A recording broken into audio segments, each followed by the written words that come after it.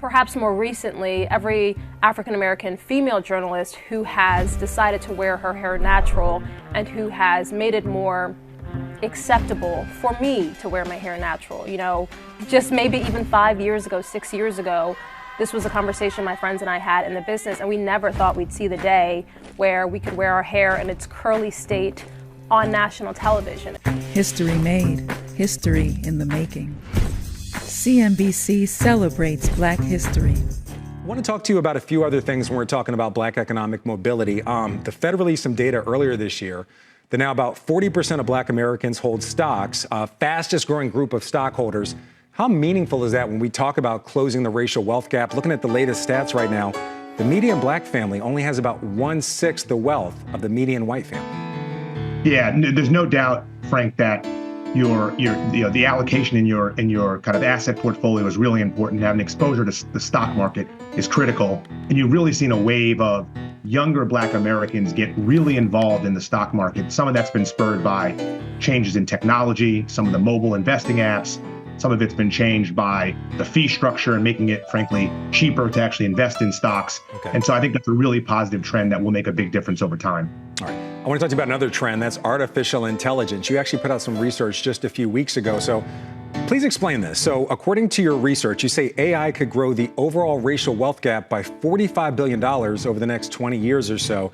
Just for context, according to Dr. Sandy Darity of Duke, the racial wealth gap stands at about $14 trillion. But at the same time, you say AI is going to help grow Black wealth. Explain what's going on here. Well, I think the notion is that this is a real opportunity. And we know that when there's big technological leaps, they are always economic events and wealth creating events for some folks. And so we estimate that number to be in the hundreds of billions of dollars over the coming years. And we just are looking at current rates of participation in startups, in venture funding, and saying, if we don't up our rate of participation as the Black community, we will lose out to the tune of tens of billions of dollars. That said, if we are proactive and thoughtful about who participates in this coming wealth event, it can be an opportunity for Black Americans. All right, speaking of proactive, right now, of course, it's earnings season here on Wall Street. Next week, you have a number of consumer-facing and retail names reporting.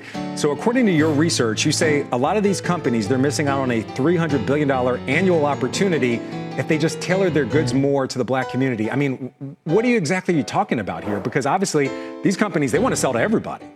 Yeah.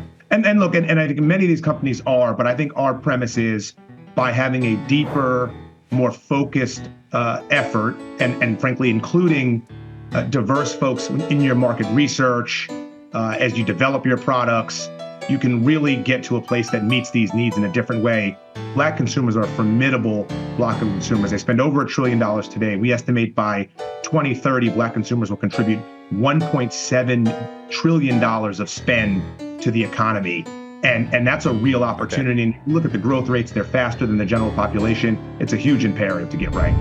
Well, certainly. I mean, I think a lot of younger people are not even thinking about retirement. They're not even really using that word. They're thinking about financial freedom and the opportunity to work in ways that they allow them to do what they want to do now and in the future. And so that may be working several different jobs, and that also means that requires saving several different ways. So looking at what many people should be doing, which is looking at a workplace retirement plan, looking at a self-employment retirement plan if you have access to that, and then a taxable investment account. Those are ways to save for retirement, but they're not thinking about it as retirement. They're thinking of it as a way to get to financial freedom.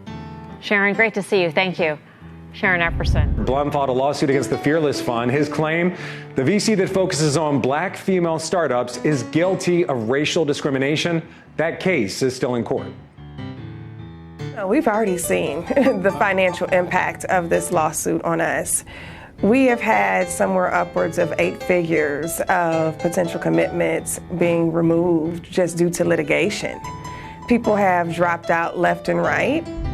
This is clearly a developing situation, but as of right now, the bottom line appears to be companies committed to diversity or simply finding untapped talent, they are continuing their DEI programs, just with, again, a rebrand or a recalibration.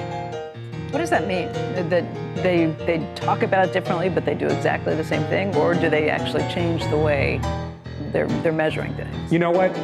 Depending on who you talk to, it's a bit of both. In some cases, just simply changing the title. Instead of saying it's about this particular group, it's about finding talent. And other times, as we see with colleges, they're changing the way they identify the people that they want to help through these programs. You see a lot of colleges now using zip codes as opposed to race or ethnicity, because in general, you know the people that you are going to find in a certain zip code.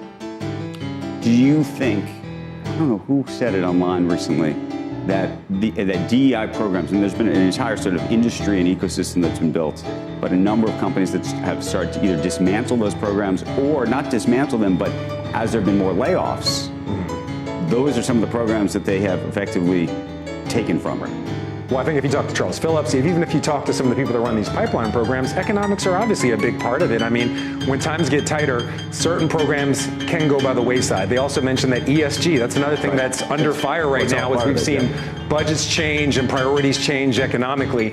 I do think the bottom line here is, though, some companies are committed to DEI and they'll continue to be. What do you do to get your clients to trust you, whether it's from that first meeting or a relationship that lasts for a long period of time?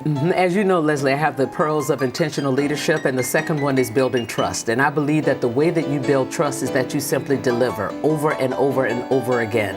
If you think about the people in your personal life that you trust them because they have consistently delivered. The folks that are taking care of your kids, the people that are taking care of your parents, maybe that one restaurant that you always go to.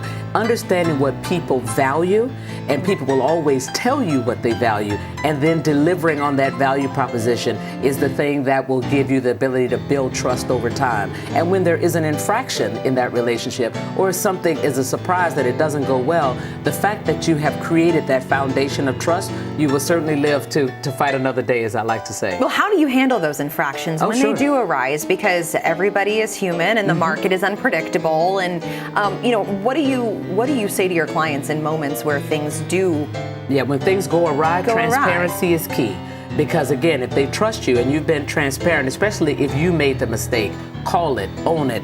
Here's what I did wrong. And I did this because, or I didn't see it at all. I'm just going to own that. But here's what I think we should do going forward. The fact that you may be early in calling it if it went wrong, and you're transparent, especially if you contributed to it, that will give you the ability to continue with the relationship.